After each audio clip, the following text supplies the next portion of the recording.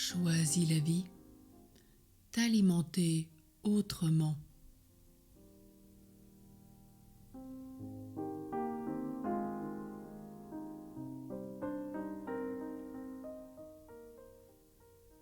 Tu as peut-être adopté des habitudes alimentaires qui ne te conviennent pas vraiment à cause de déjeuners d'affaires bien arrosés, des repas que tu prépares pour les enfants et où tu grignotes, à cause de compensations qui te poussent à manger un peu trop de gâteaux, de sucreries. Au cours de l'année, tu as pris du poids.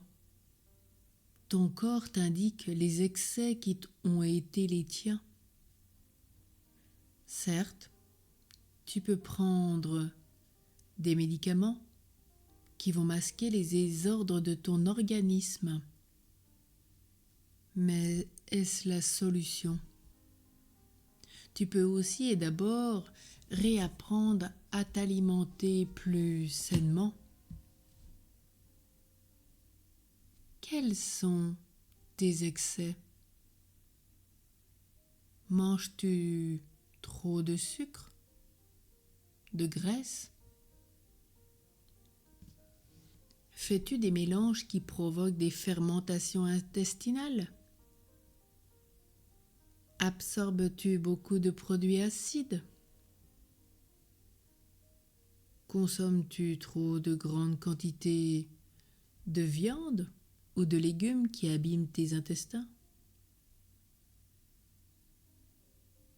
As-tu découvert d'autres façons de t'alimenter? Connais-tu les vertus de certains régimes? Des produits issus plus sainement, du pain complet, du régime crétois à base notamment d'huile d'olive et de végétaux.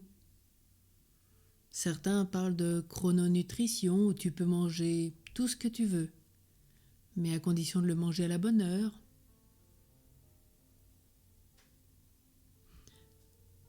Peut-être as-tu un souci de santé qu'il faut régler avant de commencer un régime qui semblerait inutile, comme dans des cas de candidose où le régime ne sert à rien.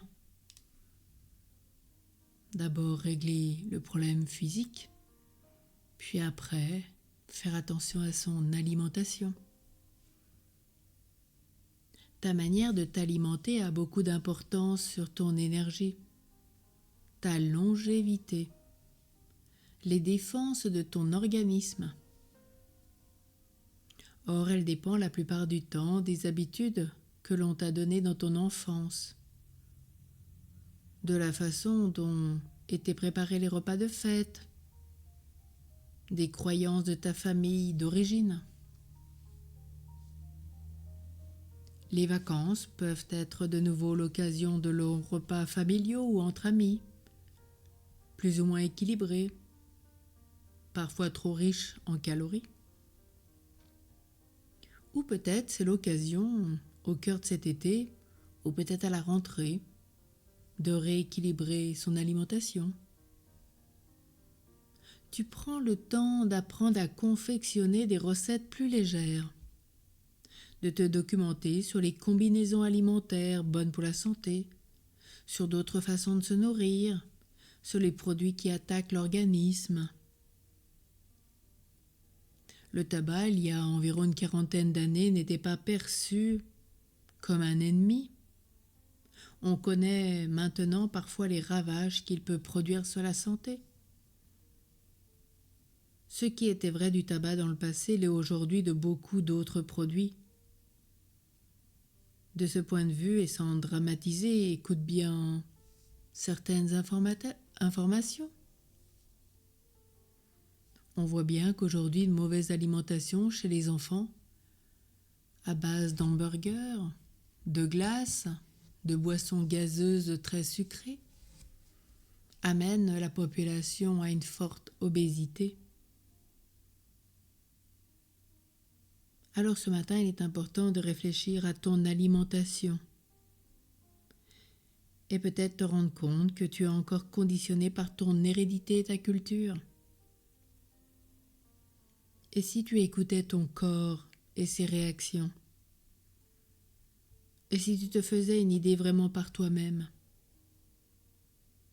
Peut-être dans ce cheminement, demande l'aide de la Vierge Marie et de Saint Joseph, qui savait manger ce qu'il fallait, quand il le fallait, pas d'excès pour compenser. Peut-être voilà une nouvelle école, se mettre à l'école de Nazareth pour apprendre à s'alimenter autrement, sainement, pour faire du bien à son corps.